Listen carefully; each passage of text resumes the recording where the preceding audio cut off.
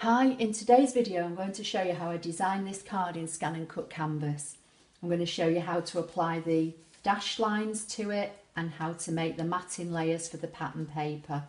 This card will fit inside a UK A6 envelope, which I think may be classed as A2 in other parts of the world, but I explain in the video how you can resize it to suit your card stock. So it's quite an unusual shape card, but quite simple design once you know how to make it. Okay, so I'm in ScanNCut Canvas, and this is quite a simple little project, but just gives you an alternative looking shape card. But for anybody that's a beginner, it will just teach you about setting the size of a basic shape and then using the align functions and the dash line functions. So I'm hoping it will help somebody. So from the basic shapes, I selected a rectangle. With the rectangle on the page and selected, I came to the properties box. Now I want to alter the width and the height of this rectangle independently, so I'm going to untick the maintain aspect ratio. I'm going to make the height of the rectangle 4¼ inches, so 4.25, and I'm just going to hit enter on the keyboard. Then in the width, I'm going to type 11. Now, I designed this card to fit or to be cut from a piece of UK A4 card, which is about 11¾ inch wide. Now, if you work with 11 by 8½ cardstock, I would suggest initially that you follow this tutorial, make the card the size I'm making it, and then just resize it down using the drag handles once you've finished. Just size it in ever so slightly so it fits on your A4 card.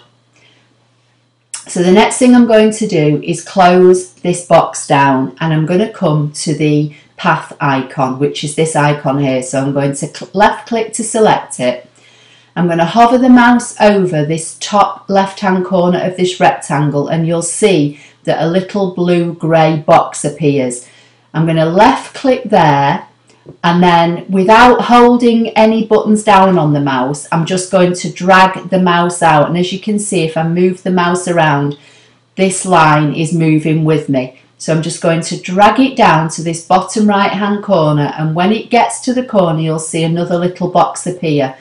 Once that box appears, I'm going to double click on the mouse, which is a left double click.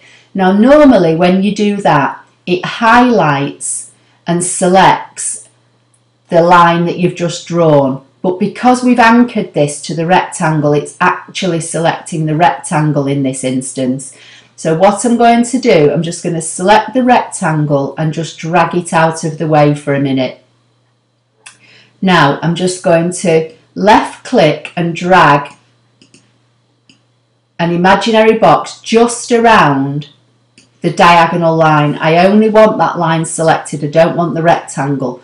With this diagonal line selected, I'm going to select the properties box. I'm going to make it just a cut line only, as opposed to the default, which is cut and draw. And then in the dash pattern box, I'm going to select the smallest dash line. And that's going to make this a dash line. And then I'm just going to close the properties box down for a minute. I'm just going to left click anywhere on the page to deselect. Now I'm going to bring the rectangle back in and drag an imaginary box around both. And I know I've got both because I've got a blue dash line around my diagonal line, and I've got a blue dash line around my rectangle, so I know I've got them both selected. So with them both selected, I'm going to go to edit, use the align center, and then edit and use the align middle, and that's going to put that diagonal line now back right across the middle of this rectangle where I drew it originally. With them both still selected, I'm going to right click and hit group. And that's now grouped those two together. So the next thing I'm going to do is come back to the path icon and left click to select it, I'm going to click one somewhere near the middle. It doesn't have to be exact because we're going to use the align tools again. But this time I'm not clicking on the rectangle, I'm clicking just above. And the reason that I do this is because if you need to move this dash line at any point in the future, it's easier if it extends just above the shape to grab hold of it. So I've left clicked and I'm not pressing anything on the mouse at the moment. I'm just moving it from side to side and you can see it's moving with me. But I'm going to hold the shift key down and instantly that now makes this line only move in a straight line. So again, without pressing anything on the mouse, I'm just dragging the mouse down and I'm just going to extend ever so slightly beyond the rectangle and I'm going to double click, which anchors it and highlights it. This is what normally happens when you do something like this, but as I said, it didn't do it on this one, the diagonal, because we were anchoring it to the box. So with this now anchored and highlighted, I'm going to come back to the properties box, I'm going to make it a cut line and I'm going to choose that small dash line again and close the box. Now this time I'm going to drag an imaginary box around everything, which basically is this vertical line I've just drawn and this grouped item here. I'm going to come to edit, align center and edit, align middle, and that puts that dash line, the vertical line I've just drawn, exactly in the middle of this card.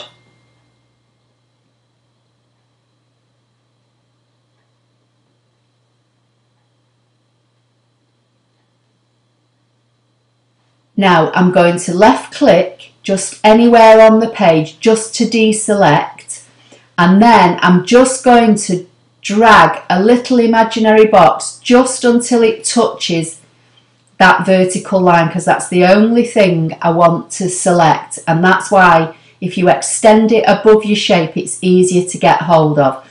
So with this selected, now I know it's set centrally and horizontally, I'm going to come back to the properties box.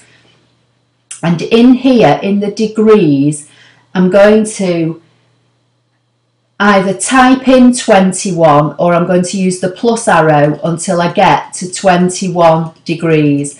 And you'll see it's moving this dash line centrally on this axis 21 degrees.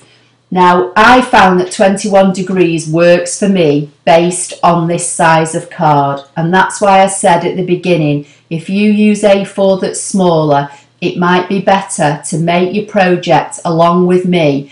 Make sure it's all grouped and then size it down. There's probably some easy mathematical way to work out if 21 degrees is right. And if you know, leave me a comment in the box below how to set this angle based on the height and the width.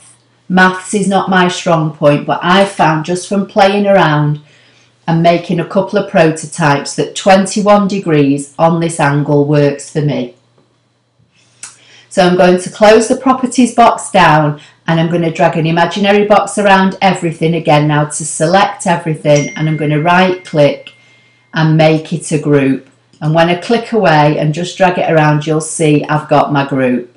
Now to make the matting layers for the card, I'm just going to select the magnifying icon and I'm just going to zoom in on half of the card. And then I'm just going to click anywhere to deselect. So I want a matting layer that sits here and I want a matting layer that sits here. And you can probably use basic shapes and manipulate the nodes, but I found it easier to use the path icon. So again, I'm going to select the path icon. I'm going to left click just by eye about the distance I think I want my matting layer to start below this outer line of the base card. And then again, without clicking, I'm just dragging the mouse. Then I'm going to left click when I get near the corner. I'm going to come down here, left click, drag along and left click, and then come back up and join up. Now if I think that I've not got as much of a gap here as I have at the top, then I'm going to just double click and I'm just going to, now when I've clicked on here it's showing that I've got a curve and I want a straight line, so I'm just going to left click on these nodes and make them straight to get one node, and then I'm just going to left click and drag. See, I've clicked on here again and it's saying I've got a curve and I want it straight. I'm just going to drag the line up and in until I get what looks like what's going to be an even border roughly all the way around. So that's one matting layer. Just going to move that out of the way. And now I want to make one for here. So I'm going to do exactly the same. I'm going to choose the path icon. I'm going to click about here, drag out, left click again, and then join up. So with this shape selected, I'm going to do the same thing. I'm going to double click to expose the nodes, and you can see this line is highlighted and it's telling me here it's a curve, but I want it to be a straight line so that I can move the line if I want.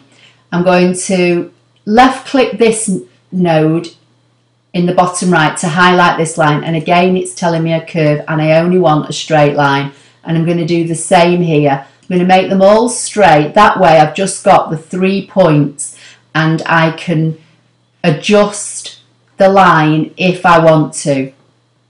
I'm going to drag this one back in and just roughly position it where I think I'm going to want it when it's a piece of paper, and then I'm going to drag this one in so that it's going to line up when my card lines up, if that makes sense.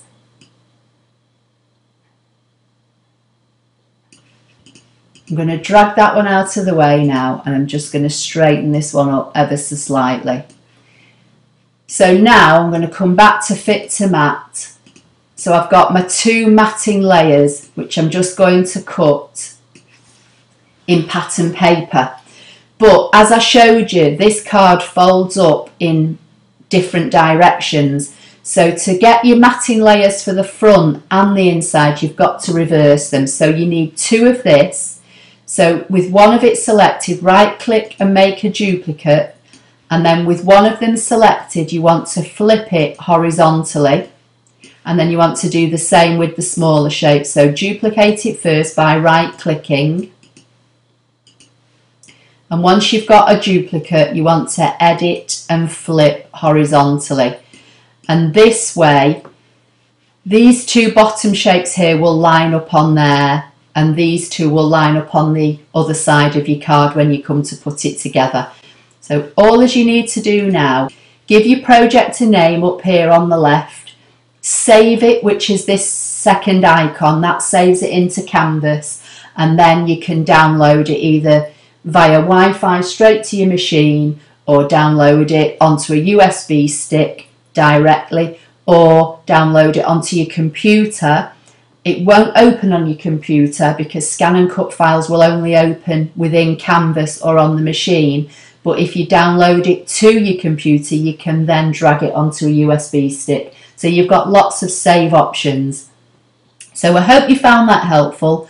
Please give the video a thumbs up if you did. Don't forget to subscribe to my channel if you don't already do so, and make sure you've got the bell notification icon turned on so that you'll be notified when I post any more tutorials or when I post any live streams. So thank you, and I'll see you in the next video.